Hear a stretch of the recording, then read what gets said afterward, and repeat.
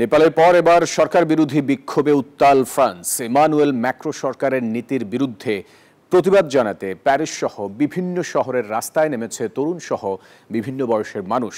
পরিস্থিতি নিয়ন্ত্রণের বাইরে চলে গেছে বলে জানায় দেশটির গণমাধ্যম। এবার বিক্ষোভের আগুনে জ্বলছে ফ্রান্স। নতুন প্রধানমন্ত্রীর শপথ গ্রহণের দিনই রাজধানী প্যারিস সহ বিভিন্ন শহরের রাজপথে নেমে আসেন বিক্ষুব্ধরা। বুধবার সকাল থেকেই সড়ক অবরোধ, ব্যারিকেড তৈরি করে চলে আন্দোলন। সেই সঙ্গে আগুন ধরিয়ে দেয় বেশ কয়েকটি ময়লার বিনিও।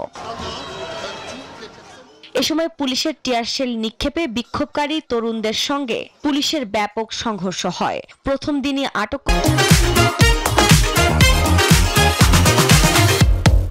করা হয় 2 শতাধিক আন্দোলনকারীকে।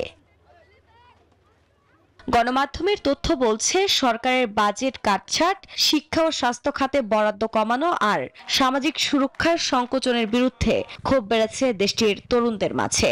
এর মধ্যেই ব্লক এভরিথিং নামে এই বিক্ষোভ সরকার বিরোধী আন্দোলনে রূপ নিয়েছে। দাবি আদায় না হওয়া পর্যন্ত এই আন্দোলন চলবে বলে জানান বিক্ষুব্ধরা।